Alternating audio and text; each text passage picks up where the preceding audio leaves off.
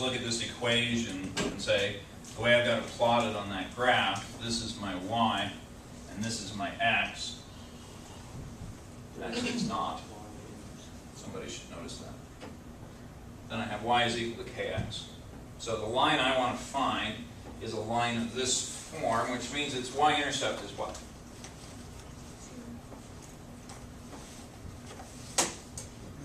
Zero.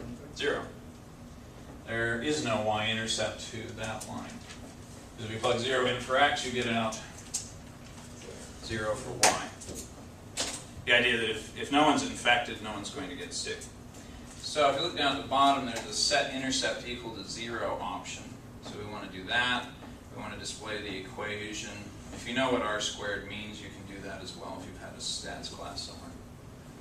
And I hit close, and it comes up and it gives me my equation. Y is equal to 60.649 times x. Which, if I had done this correctly, would be what? Okay. K. Except I didn't do it right. What did I do wrong? Your axes flipped. I have my axes flipped. So how do you unflip the axes? Select data. Swap your column. Yep. So you can swap those. You could go out and select data and switch your x and y that way. Or I can just come back here to this one, cut it, and paste it, and not paste it quite right. So there we go. Put them in the right order, and go back and bring up the scatter plot. So I get that. I go find the trend line again. And what's k equal to?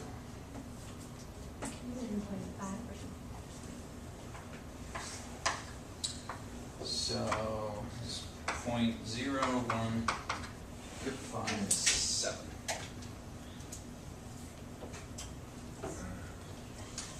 Any questions about the process? So once we have that,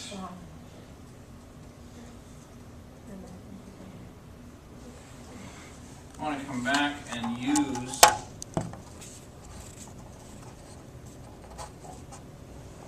my formula and see how good it is at predicting how many infected people there are going to be.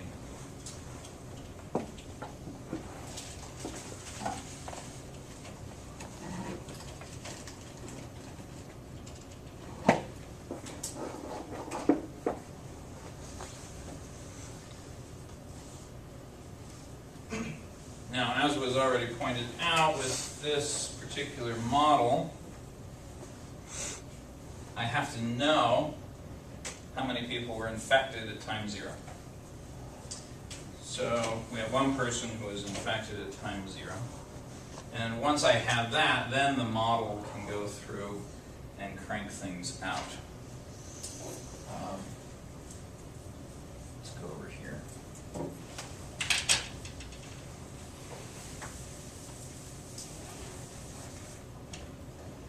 So our model is number of people infected tomorrow is number minus the number of people who are infected already is equal to k, which is 0.0157 times the number of people who are infected times our total population, which is 51, minus the number of people who are infected.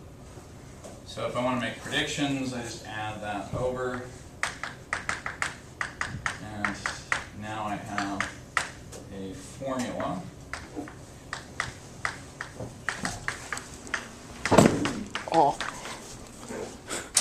which will predict how many people have the flu for each moment in time.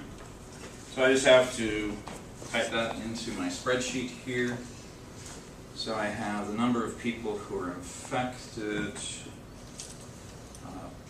plus 0.0157 times the number of people who are infected times total population minus the number of people who are infected. I just type the equation in, hit enter, and then I can just copy that equation down, and it will give me the predicted number of infected people. How'd we do?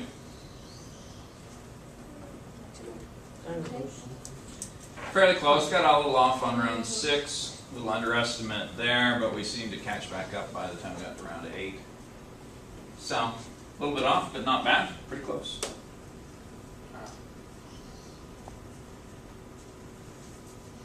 So, 2 approaches to the problem. One, we just take the data and run. The other, we think through how the flu actually works, come up with an equation based on those general principles, and then run that equation and see how it matches real life. The advantage to this is it gets into why things work the way they do.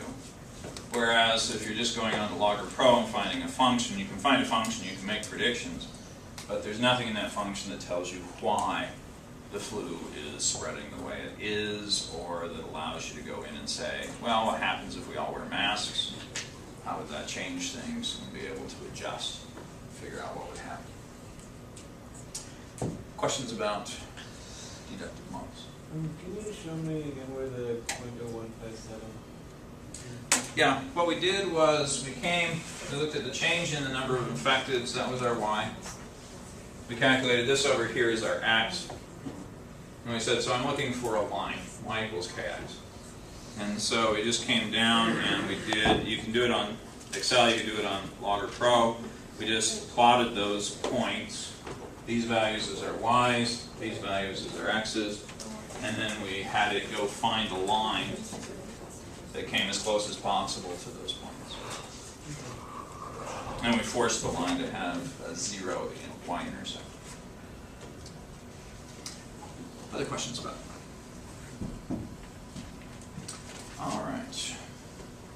We need to have you count off by 5s. For every 5, we start back at 1. I guess on 1, 2, 3, 4, 5.